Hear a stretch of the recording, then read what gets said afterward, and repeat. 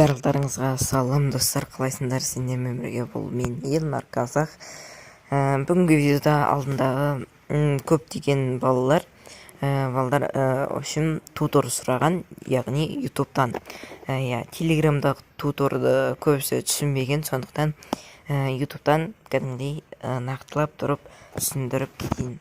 Так, алдымен бізге Play Marketке кіреміз.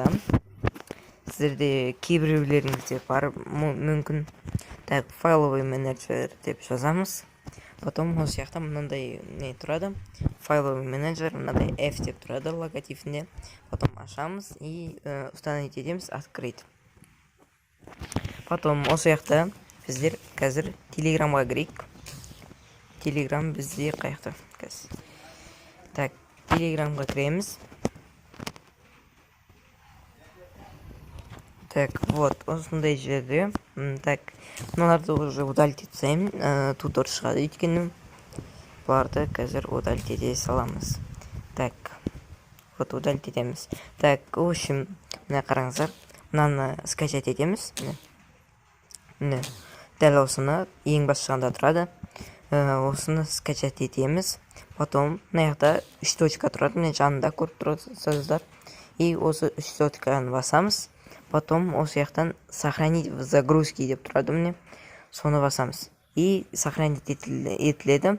Мен мына жақта скачать етпеген соң сохранить деген ұзағырақ болады. Ал егер сіздер осылай телеграмнан шықпай скачать етіп болған кезде сохранить в загрузке деген бассаңыздар, полностью тез сохранить етіледі. Потом сохранить етілген соң біз файловый менеджерға кіреміз. И осы жақтан біз загрузки дегенді ашасыздар. Сіздер загрузки дегенді ашасыздар. И осындай тұрады, міне. Эдгар Зип деген осыны ашамыз. Ал менде бұл бұяқты емес. Менкі мына жаққа қойып қойған болатын, міне. Осындай тұрады загрузкида. Осыны ашамыз үшін. Потом осы Эдгар дегенді үстін басып тұрамыз да. Копировать етеміз, міне. Копировать деп тұр шетінде. Копировать етеміз да. Артқа шығамыз. Потом основной памятқа кіреміз. Потом осы жаққа вставить деген кнопканы басамыз. И күтеміз. Вот менде уже болайын деп қалды қазір. Кішкене қалды. Қазір күтеміз.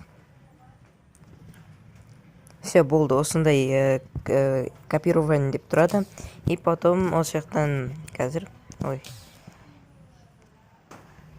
осы жақтан қазір біз осы жақтан біз бағанағы Эдгар деген папканы табамыз, міне, сары Эдгар деген папканы табамыз. Яғни осындайдың астында тұру керек сіздерде доңғылат дегеннің. Эдгар деген табамыз да үстін басып тұрамыз. И мына жақта дәл ортасында переименовать деген кнопка тұрады. Ағылшынша I деген кнопкамен, әріппен. Вот, үстін басамыз. И мынаны өшіреміз.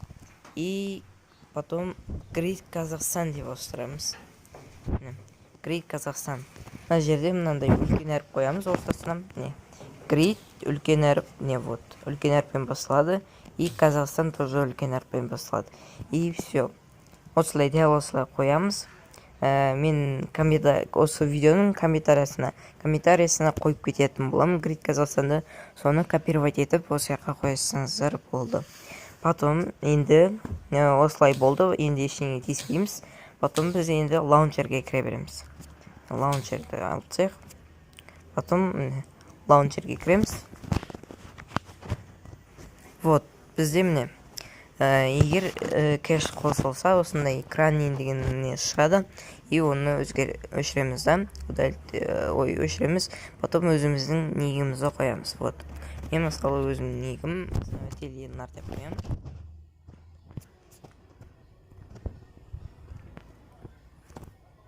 Вот, осындай основатель Елнар деп қоямыз. Потом кіре береміз. Егер де осы видео сіздерге пайдалы болса, лайк басып тіркеліп кетейік. 50 подписчикке аз қалдық.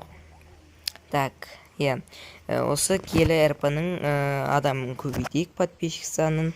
Телеграм каналға тіркелеміз. Вот осындай сервер шығады. Алдыңғы видеода көрсеткендей. Дәл осындай туторды сұрағансыздар, енді осы туторға қарап ойынға кіре бересіздер. Сервер ұзақ уақыт бойы ашық тұрады. Ашық болмаса WhatsApp группаға жазамыз.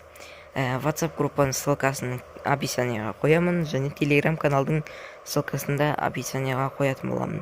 Ал комментарияға бағанағы Крик Казахстан деген қоямын.